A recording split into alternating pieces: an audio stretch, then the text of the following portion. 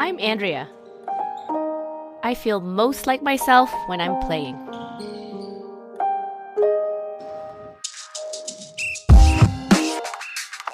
Welcome to Gym Shorts, a podcast by Ophea. We're a Canadian charity that prioritizes student health, well-being, and belonging in classrooms, schools, and communities. For over 100 years, we've been working to make gym class every student's favorite part of their day. Through this podcast, we explore the powerful and personal stories behind our earliest experiences with health and physical education. In each episode, we speak with guests about experiences from school that shaped their future relationship with physical activity and well-being. These stories offer honest reflections on how our past informs the present and how we can all work together to create happier, healthier, and more inclusive futures for all students. Now, let's get into today's story.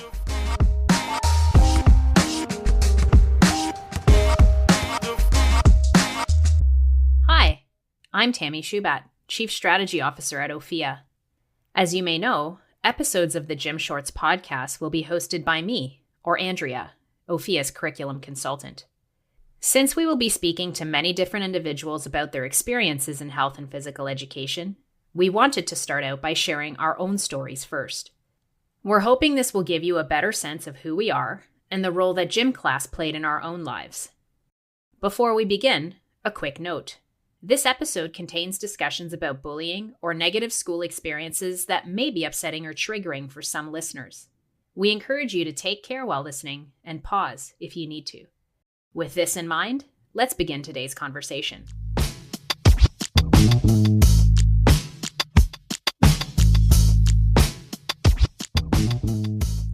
Meet Andrea. As a child, she grew up in a traditional household where music and math always took priority over movement. However, the more her parents pushed her towards pursuits of the mind, the more Andrea realized her true passion was waiting for her out on a sports field. I'm second generation Chinese. My parents were born in China. They immigrated into Canada when they were very young. They were very focused on academics. So when I say academics, I would like to use the word force. I had to play piano. I had to be music and also math. And the only way I was able to participate in sport is if I did those two things. But you know what? When I was moving, when I was playing, when I was doing team sports, that made me feel like myself. I was able to make my own choices. I was able to be a leader. And you know what? I was able to express myself through movement. To be honest, I hated piano. I hated math. I just felt like I was confined in doing what I was told to do, to be a certain way, to follow a certain script that my parents wanted. And in sports, I didn't get that. I felt myself included. I felt like I belonged. And I was very lucky to be able to also play sports alongside of what I had to do. And you know what? It transferred to high school, university, and even today. As a second-generation Canadian, Andrea felt her inclusion in physical activity was supported by parents who could speak fluent English, which allowed her to access opportunities they never had. Yeah, so my parents spoke fluent English because they immigrated to Canada at a very young age, in their early teens. And when they started a family, they really wanted to ensure that they had opportunities to sign them up to sports, activities, clubs, and being able to speak English gave them access. Let's be real, right? Like, I'm in schools, I work with a lot of families and students who have challenges having access outside of the school. And that's because there's a language barrier, right? So I'm very lucky. I'm very proud that my parents were able to integrate themselves and my brother and myself into the community. Them being able to speak the language definitely gave my brother and I opportunities to play, to extend our passion into movement outside of school. But it wasn't until Andrea became a parent that her mindset truly shifted. As an accomplished athlete, Andrea was quickly faced with the reality of having a son and daughter whose path to physical activity and inclusion couldn't be more different. To be really honest, everything changed for me when I had my kids. PD, or he would like to call He would like me to call him Peter. So he's in grade 8. And also Bella. So Bella is 16 years old. Peter is typical developing, and Bella is disabled in many ways. So she's on the autism spectrum. She has a physical disability. She's non-speaking. Also, we're navigating the whole world of epilepsy for her. So she comes along. She has a lot of complex needs, So I'm sharing that because everything changed when I had Bella and also raising 2 kids. And that actually shaped how I view movement. This difference becomes clearer as Andrea recalls a playground visit where a fun family outing quickly became a stark reminder that to some, her daughter would never be treated like the other kids. Bella is 16. She uses a wheelchair for longer distances. Walking on uneasy pathways and surfaces are very challenging for her. So when we go into playgrounds, the first thing I really want to make sure is that they're accessible, right? So in the heart of North York, this is like one of our favorite playgrounds. It's called Jumpstart Playground. So if you are ever in North York, go check it out. There's this one slide that is very successful for Bella because it's wider. I'm able to help her up the stairs to get her onto the slide. And it also allows myself or another child to go down the slide with her. So we go to that park a lot in the summer. And there's one particular moment that I remember where I'm teaching Bella how to sit down on the slide, scoot herself forward to go down the slide, because these are all things that are very challenging for her because she has many physical disabilities. So anyways, she goes down the slide once, she's laughing, amazing, she's having fun, I help her up the stairs again to go onto the slide, and there's another child that's coming towards her, and she looks like she wants to go down the slide with her. Amazing. Like, it's not often that's another child wants to play with Bella. You see this taller child at the playground who makes really different noises when she's excited. She drools a lot. She looks different, sounds different, moves differently. And here's this child who wants to play with her. So amazing. They go down the slide together and they're having fun. The third time they're going up again and they're sitting down, and I see her parent, behind me, and she's gesturing to her and gesturing with a wave and telling her child to come towards her. And I'm like, why? Like, why does she want her child to go to her? And I hear from behind me, the mom is asking her, you know what, let's go play somewhere else. Let's move away from her. She said something along those lines. And at that moment in time, I was like, wow, this is how it feels to be in a space where you don't belong. I'm in the most physically accessible playground in Toronto right now. But in that split second, with someone's comment or actions or both, made it the most inaccessible space. And that was a huge buzzkill. Playgrounds are supposed to be for fun. Like, kids, it's a community space. And at that moment, and I've never felt that way before, where I experienced a feeling where I shouldn't be here, where my child was excluded because of who she is and how she is. Andrea remembers a past version of herself who never pictured the family she has now.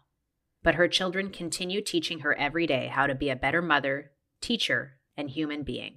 I love being a parent. I love being a parent to Bella and my son, Petey, because they teach me to be humble. Like, when I was in high school and university, I didn't think that I would have children who were disabled, and that changes your perspective in regards to how I carry myself as a teacher, as a parent, and also as a good human.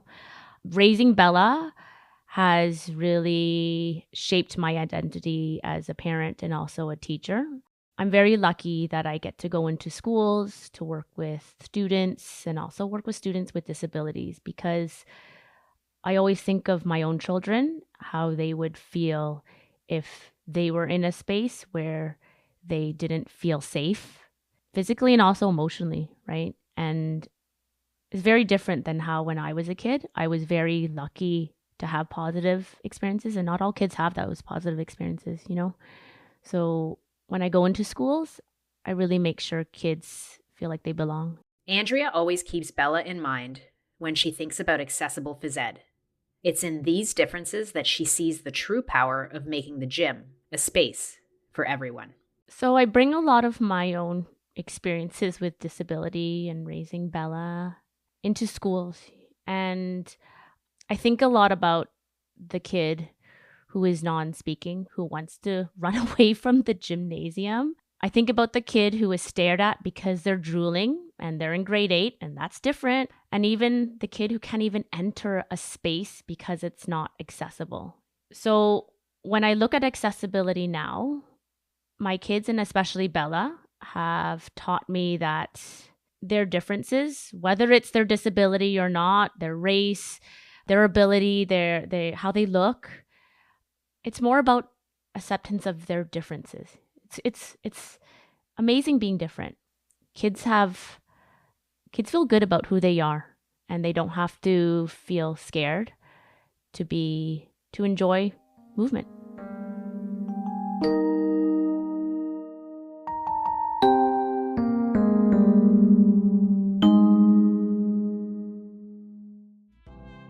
Want to make your gym class inclusive for students of all abilities?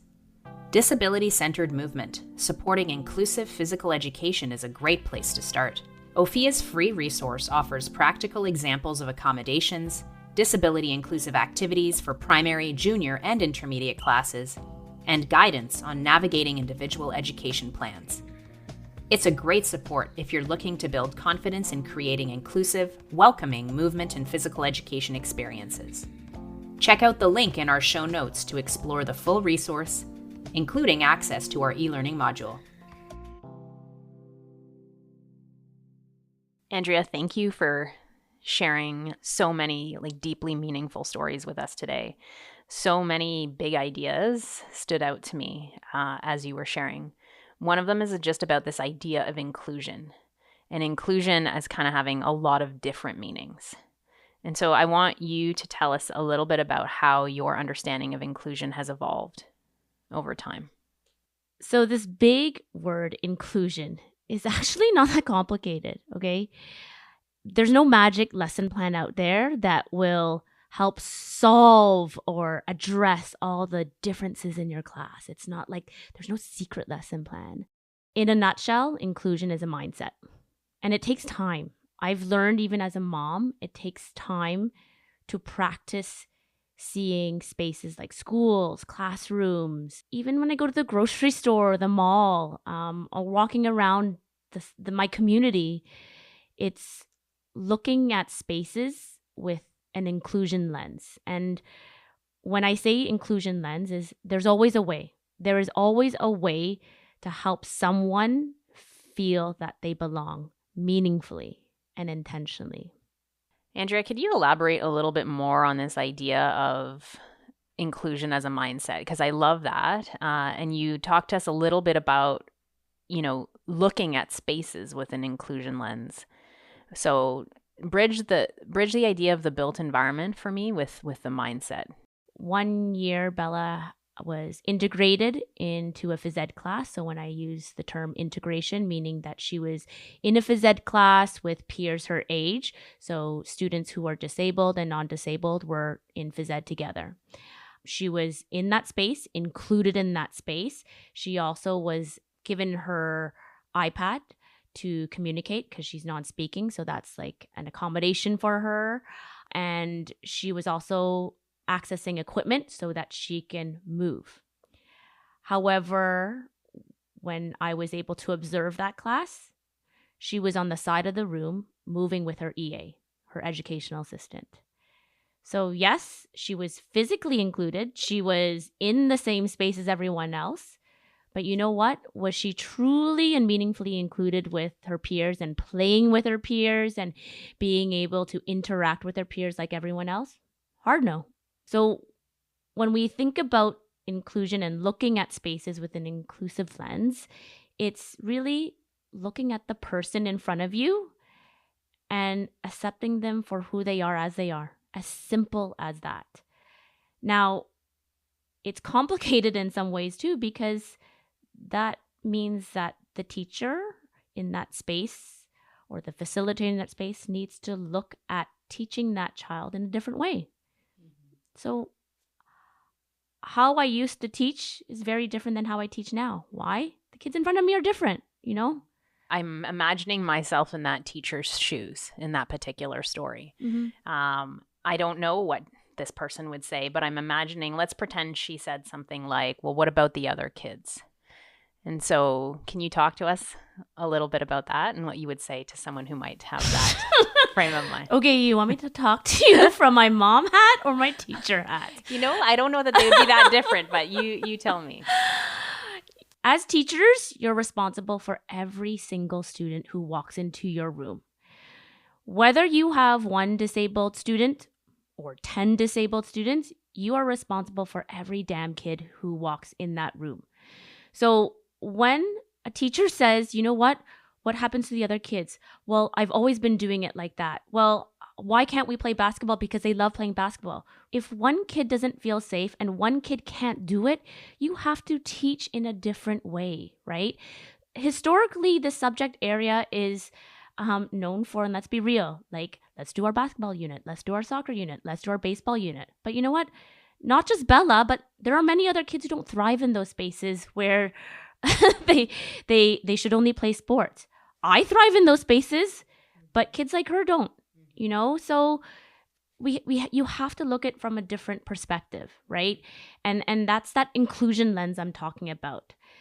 When I say there's always a way, there's always a way. You have to be creative. You have to, and when I think about creativity, that's how you speak, how you teach, how you position your lessons, the equipment you use, and even how you role model for the other students and how you treat other kids, right? I'm not going to just say, hey, Bella, just come over to the side and bounce this ball with your EA. I would never say that to a kid. Think about how that kid feels and how other kids see that, right? That's exclusion. That's not right. Andrea, I'm curious if for our listeners, if you could break down what you would have done that day if you were the teacher in the room when Bella was being sidelined. How would you have approached teaching and learning? So if I was teaching a class and there was a kid like Bella, who is disabled and moves and understands instructions very differently, you know what? I'll approach it very differently.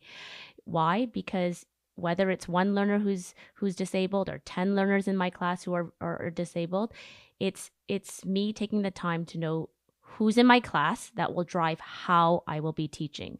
So let's assume the teacher was teaching how to send and receive an object, and they happen to be choosing basketball as their lesson, you know?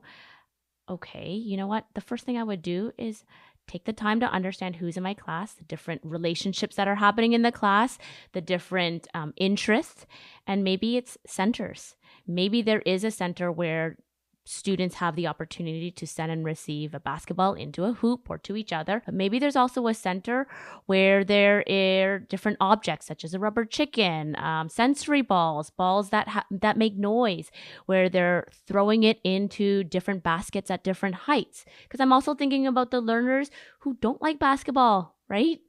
So again, it takes creativity to find the how. Right? The what is the curriculum, the how is the magic. And to get to the how is me as a teacher taking the time to understand the kids in front of me, because that drives my how, right? And that takes time. It doesn't happen overnight, and there's no magic lesson plan that will make this class successful. It takes time. It's an art. That's what it is. It's the art of saying yes. And when I say yes, that means how am I going to include every child who walks into my classroom so that they say yes to movement and that they say yes with a smile. I love that. I love that. I'm curious if you were to tell us about the type of teacher you would have been if you hadn't have had Bella. Okay. How would you describe that teacher? Well, who would you have been? You know, Tammy, I think you and I would not be friends if we met in elementary school and high school, because I know your backstory too with movement. I'm your jock. I love competition. I thrive in those spaces. I love winning, and even in sports, like I play rugby right now, right? And I love winning. I love dominating. I love racing. I love being fast. I love being loud. And you know what? Bella taught me to be the opposite. And thank goodness.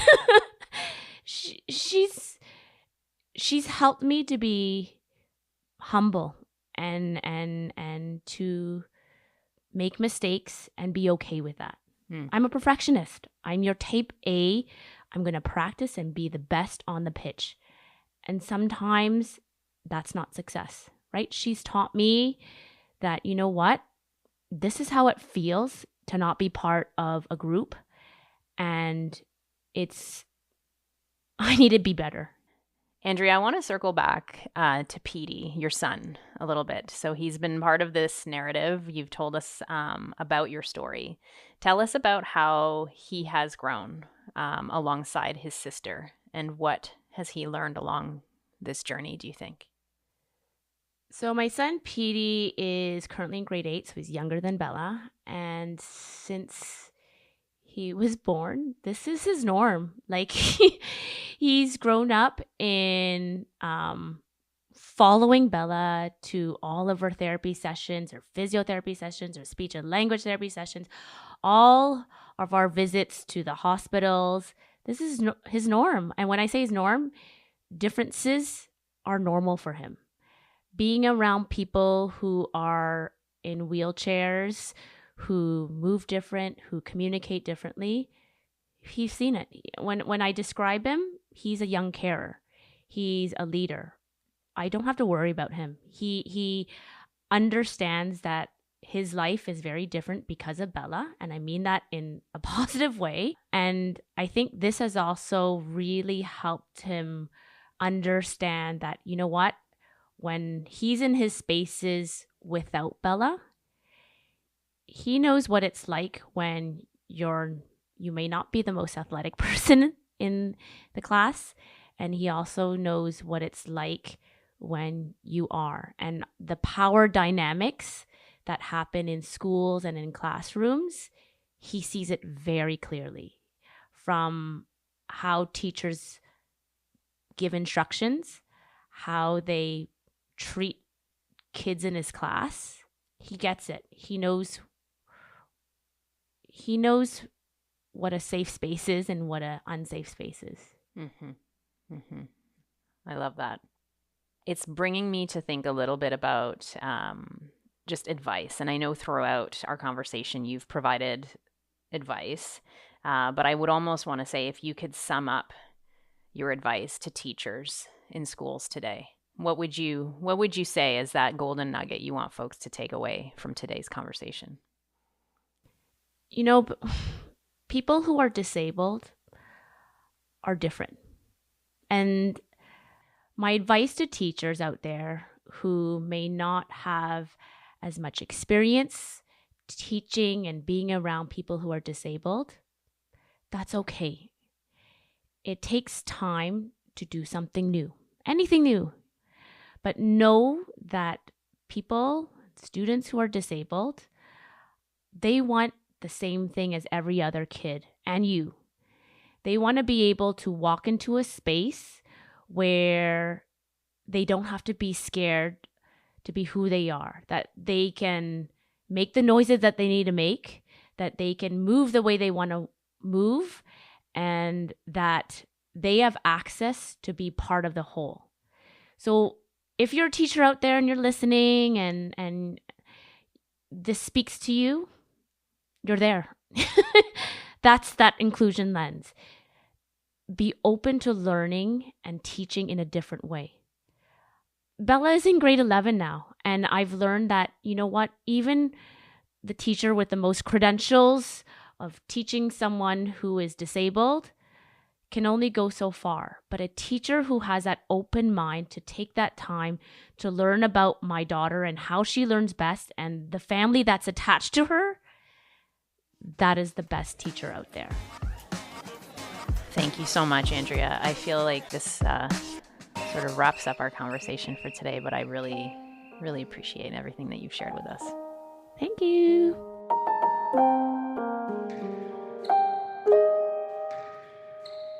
This episode was hosted by me, Tammy Shubat, and was produced by Mike Meehan. Our theme song and music was written and performed by Ron Kelly. If you enjoyed this episode, please subscribe and leave a review. Your support helps us grow and reach more educators, students, and changemakers. Until next time, let's keep moving, questioning, and creating space for every student to thrive.